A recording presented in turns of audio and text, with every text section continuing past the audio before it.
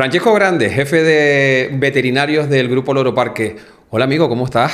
Hola, muy bien, gracias. Hay que decir que tú eres el veterinario que lleva o que controla casi todo el control de casi todos los animales aquí en el Loro Parque, ¿verdad? Sí, pero claramente no estoy solo, yo soy el responsable de un equipo, somos 4 veterinarios, 2 auxiliares, Sí. 3 auxiliares y también 3 biólogas de la parte del laboratorio, entonces es un equipo, afortunadamente no estoy solo porque si no sería imposible. Francesco, como un veterinario, me contabas antes, veterinario de, bueno, pues de mascotas, de perros, gatos y también de animales, también aparece y cambia aquí a Loro Parque, pero ¿cómo fueron tus inicios? Tú estabas pues con perros, gatos y con Sí, animales también de granja, ¿no? con pequeños animales, perros y gatos y también con animales de granja, porque en el sitio donde yo nací había la posibilidad de trabajar con varios animales. Y luego, Porque tú, ¿de qué parte de Italia eres? Frosinone, Sí. parte de Lazio, entre Roma y Nápoles. Ah, qué bueno. Y trabajé 7 años como veterinario oficial, como veterinario oficial.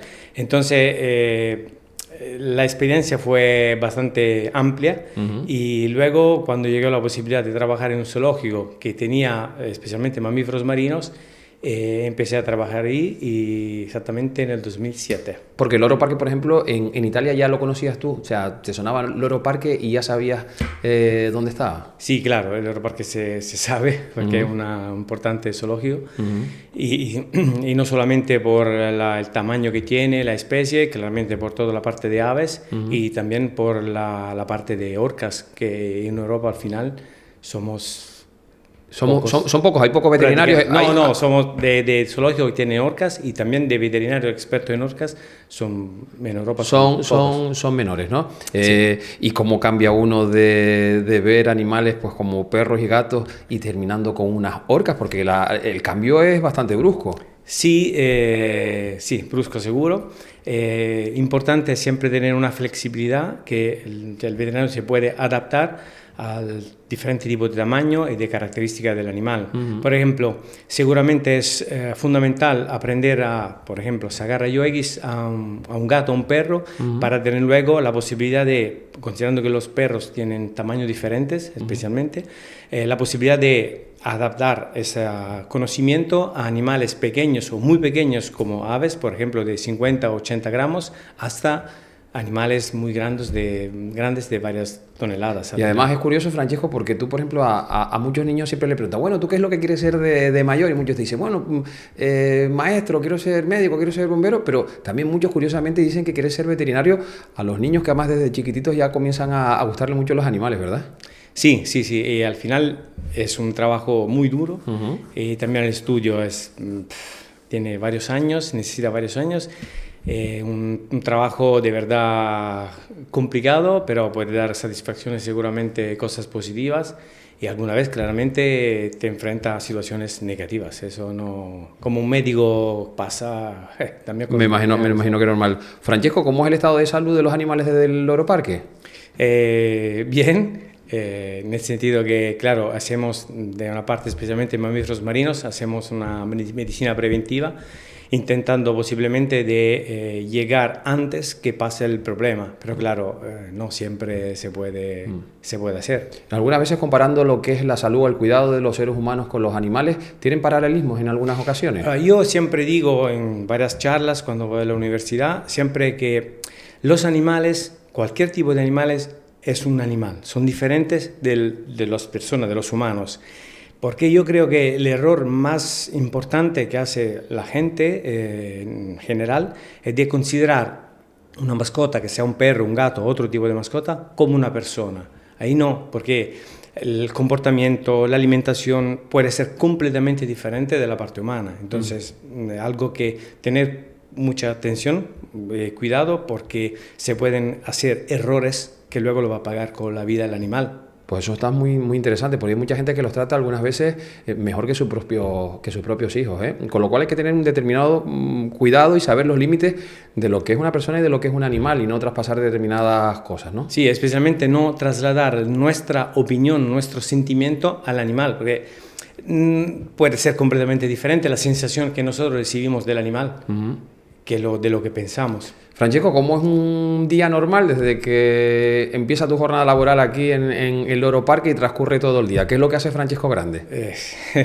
Resumido, claro. Resumido. No, seguramente la primera parte, todo un poco de trabajo de oficina al principio y luego controlar los animales en general y todo lo que puede pasar cada día, porque cada día siempre hay cosas diferentes. No solamente la parte que tenemos planeadas, que claramente tenemos una planificación que alguna vez es mensual o semanal, y intentando de cubrir todos los departamentos que tenemos y para que todos los animales ya empiezan bien el día, como nosotros posiblemente, y luego que se acabe también el día de una forma positiva. ¿Cómo ha avanzado la veterinaria en estos niveles tan altos de animales? Digo, en cuanto a actualizarse, en cuanto a tratamientos y en cuanto a métodos. Seguramente ha crecido en los últimos años, especialmente gracias a máquinas que estamos usando, que antes, por ejemplo, un ecógrafo era algo Correcto. muy como especial. Ahora la rutina, por ejemplo, en mamíferos marinos, es la máquina más importante que tenemos. Luego, claramente, ahora que el parque tiene un TAC dentro, claramente eso es otro paso muy adelante. Eso quiero yo insistir en esa máquina. Yo creo que es demasiado importante y muy importante, y vamos a darle la importancia que tiene. El tener un TAC, que el Loro Parque, de hecho, vienen del hospital y de la residencia también para algunas veces pedirnos también ayuda, pero es que el Loro Parque tiene su propio TAC. ¿Eso por qué es tan importante, Francesco? Es tan importante porque nos permite de ir más adelante de la parte básica que tenemos, porque en principio cualquier animal, después de una muestra, que puede ser sangre, por ejemplo, luego ecografía, depende un poco de los animales, y rayo X, seguramente ahí como tenemos una línea. Y después de esta línea hay algo muy grande como el TAC, que nos permite de ver muchas cosas, especialmente de ver en detalles las cosas. El ejemplo que yo normalmente doy es siempre los pingüinos, por ejemplo, que parecen al final, hay pingüinos de diferentes especies, de diferente tamaño, pero son animales que al final pueden ser parecidos como peso a un perro. Pero sacar un rayo X a un perro es una cosa, a un pingüino completamente diferente y casi no te permite de ver algo, especialmente como los pulmones. Cosa que a nivel de TAC es fundamental. Ahora, por ejemplo, nosotros antes se sacaba rayo X a los pingüinos para evaluar los pulmones. Ahora el TAC es tan sofisticado, tan avanzado, que normalmente el pingüino se hace directamente un TAC para valorar su saco aéreo y sus pulmones. Sé que los animales aquí en Loro Parque casi como si tuvieran la tarjeta sanitaria que tenemos también los humanos, sí, con el cuidado que tienen, ¿no? Sí, prácticamente sí. Es curioso cómo avanzado. Hablabas también del TAC, y antes del ecógrafo yo me acuerdo también las imágenes de las pruebas que se estaban haciendo a Morgan, a nuestra orca, cuando ya le quedaba muy poquito para ir a Teno, que también se hacía. Venían además gente de fuera también, compañeros tuyos que venían de otros países. ¿Cómo ha sido también el tema con una orca embarazada, el tenerlo monitorizado? Me imagino que también tiene que ser algo complejo, ¿no? Sí, seguramente complejo, porque no hay tantos datos como por ejemplo pasa en delfines. Y además son por el número de animal que hay a nivel, por ejemplo, en Europa, y también por la posibilidad, porque son animales tan grandes que alguna vez nuestras máquinas, que normalmente nacen para humanos y luego se trasladan a la parte veterinaria, son animales grandes, entonces hay máquinas, la que hay en comercio normalmente, no llega siempre a una profundidad necesaria. Por eso la parte del embarazo, claro, la ecografía era la única cosa no invasiva que se puede hacer, y no siempre permitía de ver perfectamente lo que se quería ver. En algún momento de todo el estado de gestación de Morgan estuvo totalmente controlada. ¿Fue bien? ¿Hubo algún momento delicado que ustedes dijeron, por aquí se puede torcer la cosa? Al final ha salido todo bien y es una historia que tiene, esperemos además, un final muy bien, ¿no? Sí. No, digo, de nuevo, la ecografía y también la parte de la muestra de sangre era otra segunda, vamos a decir, opción.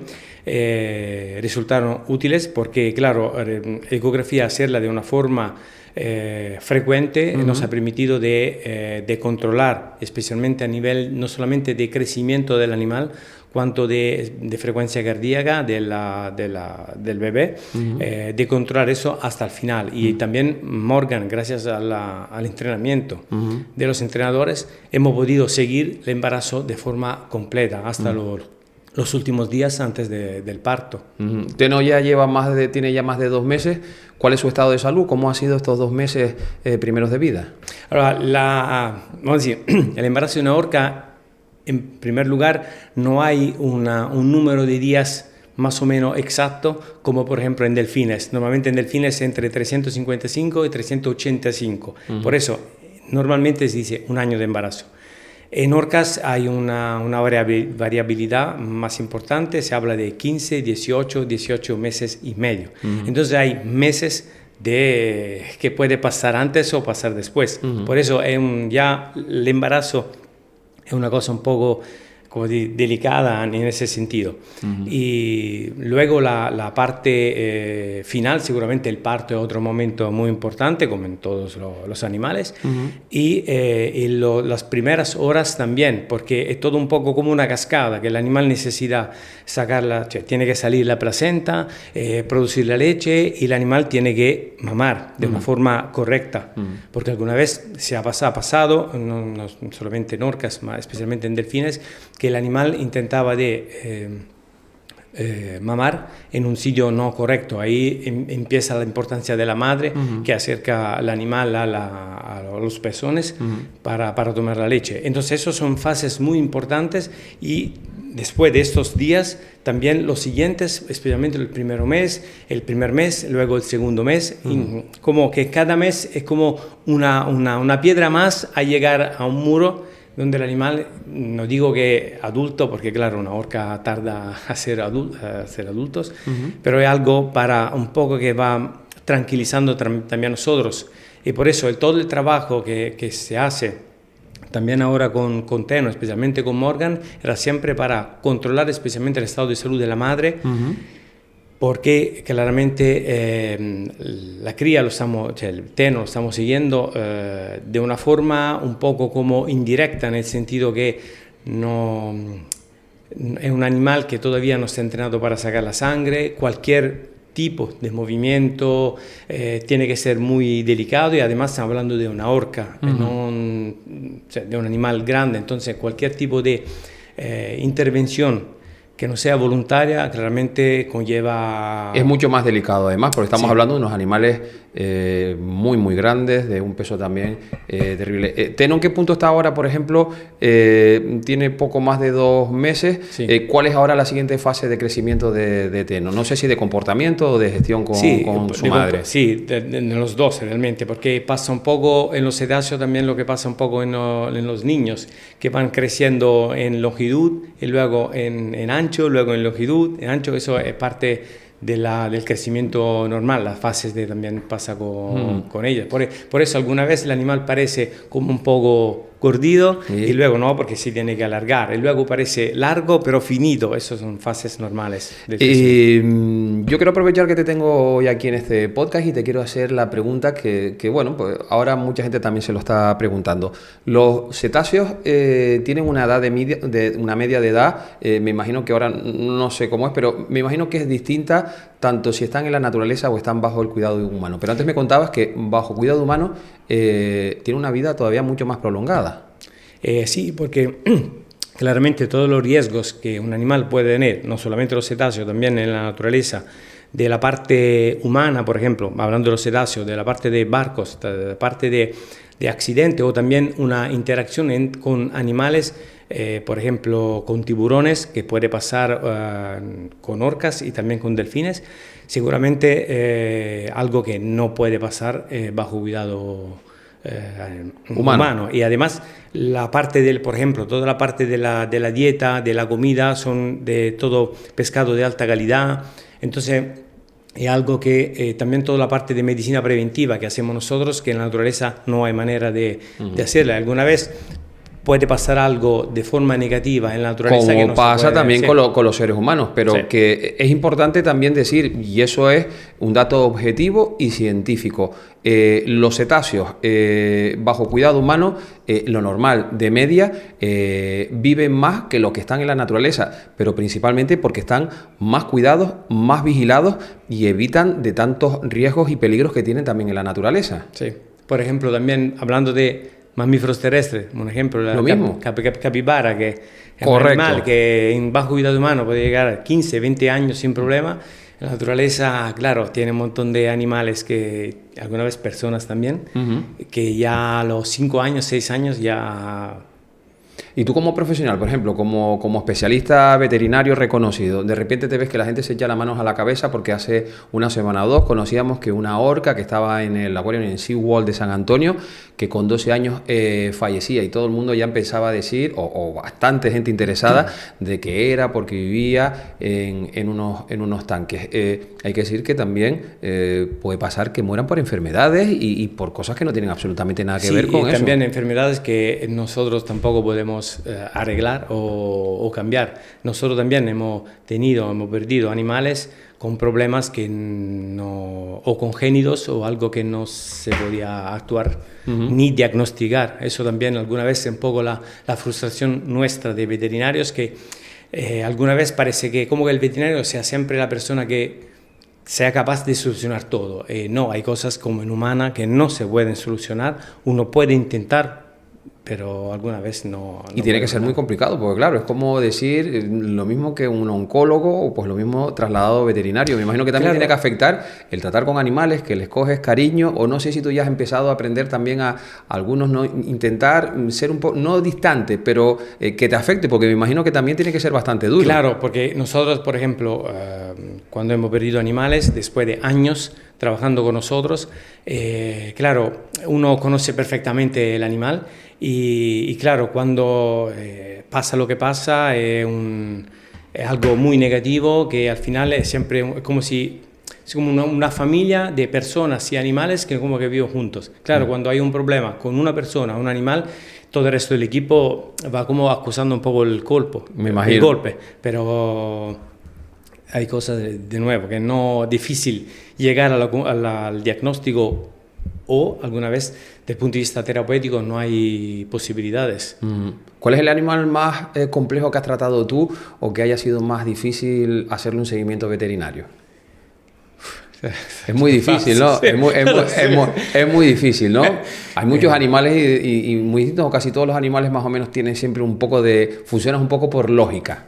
No, seguramente los grandes animales, también peligrosos, bueno, grandes animales como por ejemplo también gorilas o orcas también, alguna vez hemos diagnosticado algo que alguna vez el tratamiento no resulta fácil porque claro, es un animal que no se puede anestesiar o entrenar para que tome siempre la medicación al mismo momento, al mismo día. Como, por ejemplo, con los perros en casa es completamente diferente porque tú puedes, una vez que tú estás pautado una medicación, tú puedes darle al animal, cogerlo, mantenerlo, asegurarte bien que se tome la medicación. Alguna vez nosotros tenemos esa...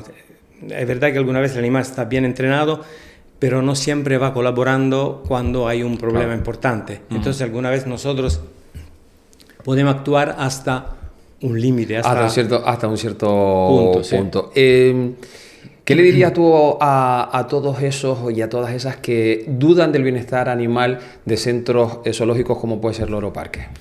Realmente la primera cosa siempre, yo también digo, de venir a ver realmente cómo se trabaja con esos animales y lo que uno hace cada día, para decir que nosotros nos ponemos todos nuestro, no solamente cariño, nuestra profesionalidad, nuestro trabajo, como también los veterinarios que trabajan en el matadero o también con perros y gatos, para que la cosa salga bien o que el animal no tenga problemas. Es que claro, también con la mayor edad, alguna vez hay problemas que son complicados. Complicados, sí, eso pasa con las personas, con gorila, con orcas, con perros y los demás. Pero claro, un animal pequeño, desde el punto de vista del diagnóstico, puede alguna vez resultar un poco más, no digo fácil, pero...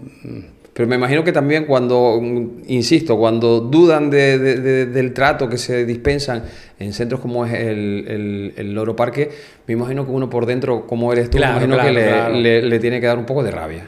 Sí, seguramente. Y ha pasado, por ejemplo, a veces cuando fuimos con el proyecto de las mantelinas, Sí. ahí en el sur de Tenerife, también en Gran Canaria, seguramente hay siempre personas que te atacan diciendo como que dan la culpa, que se va a hacer esto, porque los animales, desde el punto de vista científico, que nosotros hacemos este tipo, de acuerdo con el ayuntamiento, con el cabildo o el gobierno de Canarias, y tenemos todo como temporizado, en el sentido que si el animal una vez puesto encima de una camilla, se saca sangre, tenemos un tiempo para sacar sangre, un tiempo para serografía, después, pasado ese tiempo, el animal se deja.